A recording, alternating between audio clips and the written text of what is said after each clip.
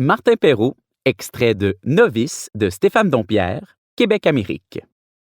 Se ruer dans la chambre sans laisser le temps à ses victimes de comprendre ce qui leur tombe dessus.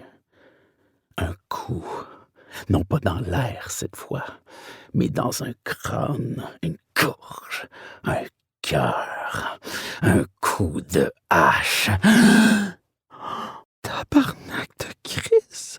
J'ai laissé ma hache dans le bois. La brute sait exactement où elle l'a oublié. Appuyée sur une souche, celle sur laquelle elle s'était assise pour attendre. Faut-tu être assez imbécile pour venir massacrer du monde, puis t'oublier sa hache? Hostie, journée de merde! La brute se retient de défoncer la cuisinière à coups de bottes en sacrant pour se défouler. Animée par la rage face à son incompétence, elle cherche à tâtons les tiroirs à ustensiles. Elle les trouve.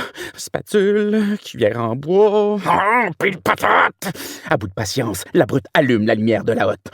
Elle trouve un couteau de boucher léger, sans doute très bon marché, mais elle n'a plus le loisir de faire la fine gueule. Elle se retourne et, rassurée de ne voir personne debout à se demander ce qui se passe, se dirige d'un pas lourd et rapide vers la chambre. En quelques enjambées, elle est devant les lits superposés. Elle s'apprête à donner des coups de couteau sur tout ce qui bouge ou qui dort.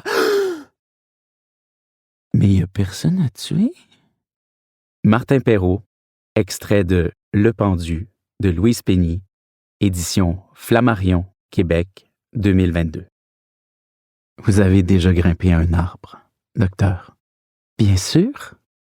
Comme tous les petits Canadiens, non? Moi aussi, dit-il. Mais pas cet homme.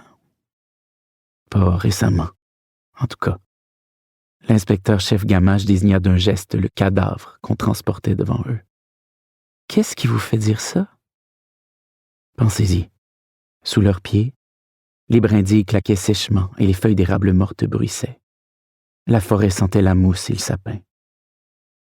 La docteur Harris songea à la personne qui grimpe à un arbre, la main qui se tend vers les branches, la crainte que l'une se casse et provoque une chute.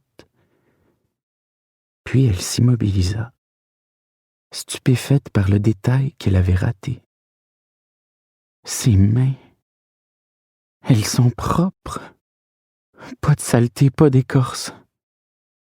Il n'est pas monté dans l'arbre tout seul. Non, dit Gamache avec tristesse. On l'a aidé à y grimper, on l'a aidé à en descendre. Cet homme a été assassiné.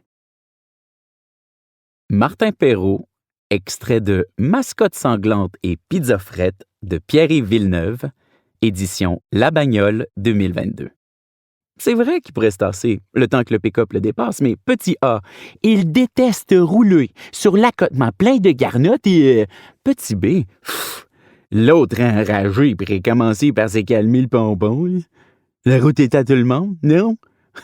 Il va faire quoi, là? Me passer sur le corps? En jetant un coup d'œil dans son rétroviseur, Gabriel parvient à distinguer le conducteur.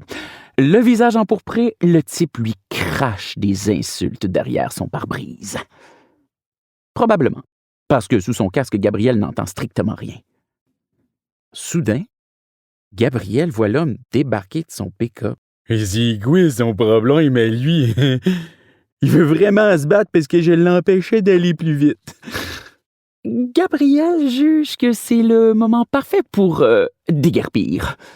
Il engage son scooter sur la ligne jaune au milieu du pont et dépasse les voitures bloquées. Lorsqu'il arrive au début de la file, la lumière est toujours rouge. Gabriel n'a pas envie de découvrir si la brute le poursuit. Alors, il accélère, tourne à droite et s'engage sur le rang du bas de l'Assomption-Nord. Un puissant coup de klaxon Lui fait faire le saut.